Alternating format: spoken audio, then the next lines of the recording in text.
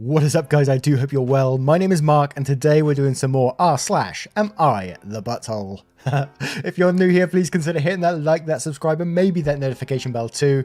And a huge thank you to the members of our channel. You are truly appreciated. 24 members. Where did you all come from? Thank you so much. I'm just having a blast lately posting these videos. Your love and support towards me is just absolutely blowing me away. So thank you so much. Keep those comments coming. Keep liking the videos, and I will keep it coming too.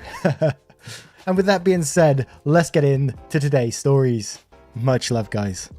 Our first story comes from Lost My Mind in LA. Am I the arsehole for telling my wife it's not cute for her to encourage our teenage daughter to expect their boyfriend to pay for everything in their relationship? Wife and I have been married 18 years. We have our 16-year-old daughter who has been dating a slightly shy/awkward young man for around 3 to 4 months now. He seems very nervous around my daughter and has admitted in passing comment here and there to my wife and I that he can't believe she agreed to date him and he thinks she's way out of his league. He seems very respectful but shy. My wife is usually an independent, awesome woman, and her ideals align closely with mine, particularly in terms of feminism and equality. We have both striven to raise our daughter to be as independent and capable as possible. Since my daughter has been dating this kid, my wife has changed considerably and has given our daughter advice that has left me with raised eyebrows more than once. Some of the advice I've heard my wife give is, "Oh, it's cute for boys to pay for everything, especially in your first relationship." Or, "Oh honey, don't worry about that, he can pay for you. If he really liked you, he would." And similar. I've tried to balance this out by telling my daughter straight away, two people in a partnership should be contributing equally, and my personal favourite, if someone asks if they can take you out to dinner, it's reasonable to expect them to pay, but if someone asks you to grab dinner with them, it's reasonable to split the payment. I figured that would be an easy way for a young person to understand the difference. However, I've noticed my daughter becoming more and more entitled with her boyfriend's money. They haven't been anywhere obviously since we're home, but the way she talks about him, "Oh, I just asked him to pay for X, etc., leaves a bad taste in my mouth. She also flippantly bragged/mentioned that she gets him to buy gift cards for her, etc., by mentioning her mother's advice, i.e., if you really like me, you'll pay for X. I spoke with my wife privately and told her my concerns. She insists it's a rite of passage for girls, and it's cute that she should feel like a guy is completely spoiling her. I told her it's not cute for her to be thinking it's acceptable to view relationships as personal ATMs, and my wife became very angry with me and now is calling me an arsehole with a lot of hostility. And straight away I found a comment which sums up my thoughts completely. "It's not cute. You're not the arsehole. Your wife is the arsehole. Your daughter is becoming the arsehole. The boy also needs some guidance, but that probably shouldn't come from you." Who thinks that's a rite of passage? Oh, it just blows my mind that people still think this way, you know. Don't get me wrong, I'm all for spoiling on a date and paying for a date and all that, but it's my choice. If someone would expect that, I wouldn't be happy about it, you know. I love doing that kind of thing as a surprise or just to treat someone, but to be expected from me, I wouldn't be happy in that situation. What are your guys' thoughts on the situation? Is the OP the arsehole or not? Or are both the arseholes? I had some feedback on one of the last videos, so I've added everyone's the arsehole too. Vote in the top right hand corner. Our next story is from Alarming Can 8. Am I the arsehole for not wanting my dying grandpa to give $6,000 away we need as a family to a Buddhist priest for a one-time prayer for him after he dies? My grandpa is nearing the end of his life. He has maybe a year or more, and his dying wish is to have his remains flown to Japan and buried at a temple there. We have made arrangements for this to happen, although COVID-19 has made it much more difficult and expensive. Just now I learned he miraculously found $10,000 and is planning on giving $6,000 to one specific priest to pray for him after he dies.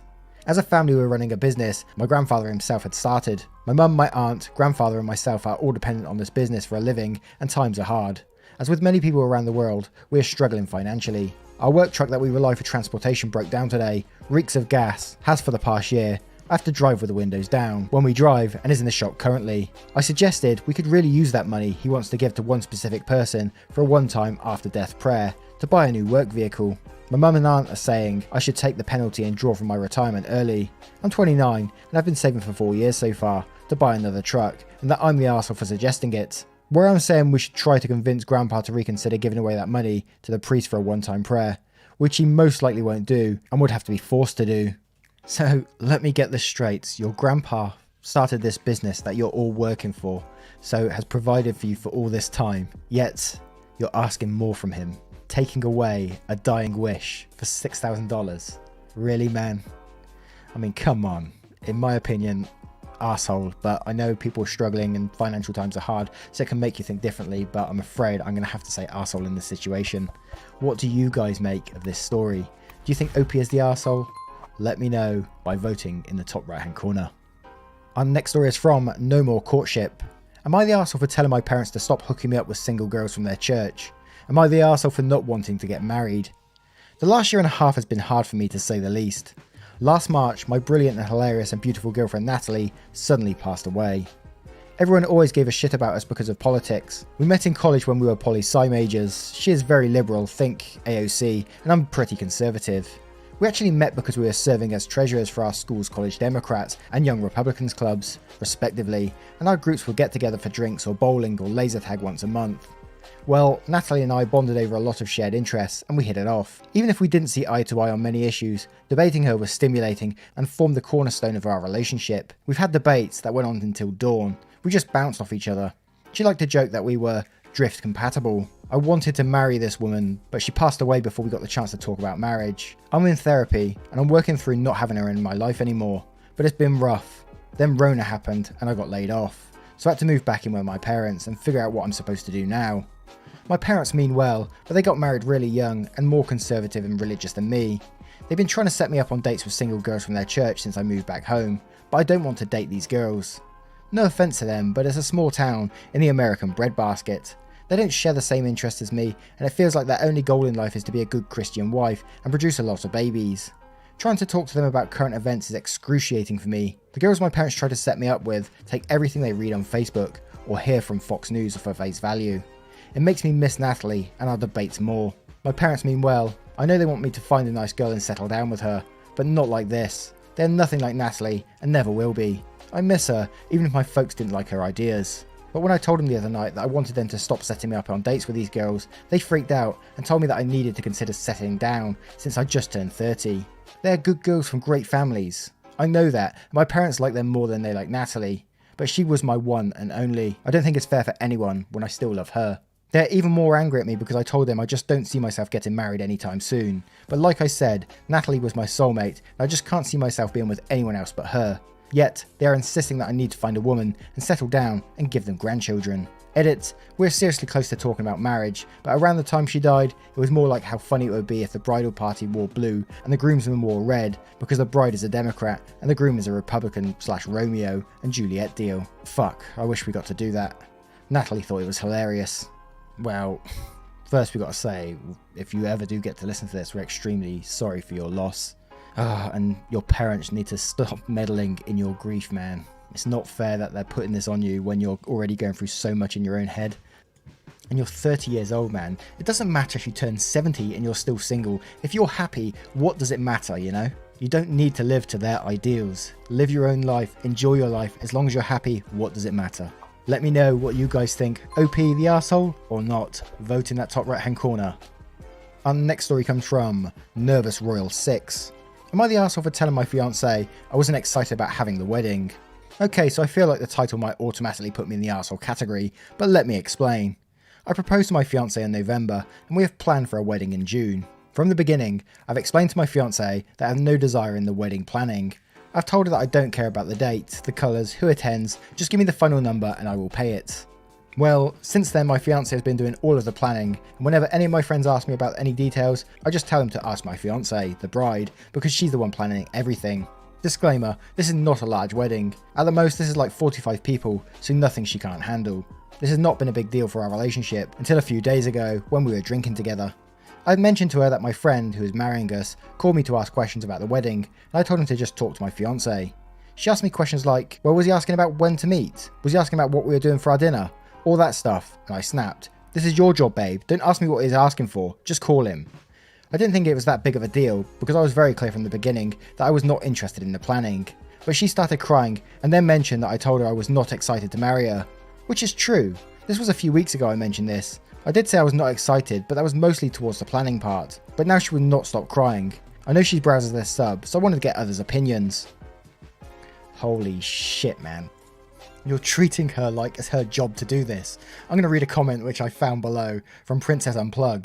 You're the arsehole. What the fucking fuck? This is your job. Dude, this wedding is between both of you. This is not her fucking job. You didn't pay her to do it. She did it because she wants to. You don't want to get involved? Well, fucking fine if she's fine with it. But telling your friend to talk to her like she's some kind of wedding planner or some shit and then snapping because she's asking you a question. Say it with me. A fucking hole. Go apologise to her. She's doing a lot for you and you can't even treat her right. Well, I think I know where the voting is going to go with this one. So in the top right hand corner, if you wouldn't mind just voting up there. Our next story is from Snowglobe Snot. Am I the arsehole for telling my friend he's choosing to be poor? I'm hoping it's not as harsh as the title sounds. To make a very long backstory short, a few of my friends and I grew up in extreme poverty. It's almost the only reason we're friends these days, bonding over bad history. But we're adults now, and without sounding narcissistic, I'm the most financially wise person in the group. This kind of led to them looking at me differently, but one in particular comes to me for financial advice a lot, except every time he does, it ends up with him catching an attitude. I taught him how to build his credit and budget and how he can move out securely, etc. He's not on minimum wage, but goes half in on bills. He'll say he doesn't make enough to put any in savings. He does, I've helped him budget, and that's your privilege talking. He's desperate to move out, but when I've given him advice on saving up for 3 months rent and utilities, he needs a new phone first, some clothes first, and a new Xbox before he can start saving. His phone works, but I told him if he wants a new phone, he could at least go for a $400 one, instead of a $1,100 one, when he's just going to use the exact same apps on either. He also has an old Xbox, but it's social, and being social is detrimental for mental health. It's a good thing. This happens a lot. He gets very defensive and standoffish, and nobody asks your opinion on if I should buy something. And finally, he had more or less whined about how much he needed this stimulus check and sent me screenshots of his bank account overdrawn. Then not 20 minutes later, posted screenshots of various decor and LED lights and what else I should get for my bedroom, and spent all of it on misc decor. A few days ago he told me he was going to quit his job, the third one this year, because he doesn't like it and it's bad for his mental health to stay, and asked me for advice again. I told him I wasn't comfortable talking about finances with him anymore because he never takes my advice anyway, and he gets mean. He got angry and said, poor people deserve luxuries too, OP. So I said, with all due respect dude, there's a difference between being poor and choosing poverty. Now he and a few of our mutual friends are saying I'm a class traitor and a right-wing capitalist, and I'm becoming a bootlicker. I'm not really apologetic for saying they're choosing to be poor. They're waiting for the system to change, instead of learning it and taking advantage of it. I also don't know if I'm being too passive or inconsiderate, but they asked. Am I the arsehole? Whilst I think the phrase choosing poverty was probably a bit strong in this case, I do think that you're not the arsehole simply because you were giving them financial advice for free. You were helping them budget for free. If they weren't taking that advice, that's their own issue. But I think the phrase itself, choosing poverty, is a bit strong. What do you guys think of this situation? Have you got any friends in a similar position? Let me know in the comments below, and don't forget to vote in that top right hand corner. As always guys, thank you for being here. If you did enjoy, there's another video on your screen right now. And don't forget to click that like, subscribe, and maybe that notification bell too. Thank you for being here. Much love to you, and I will see you in the next one. Take care now.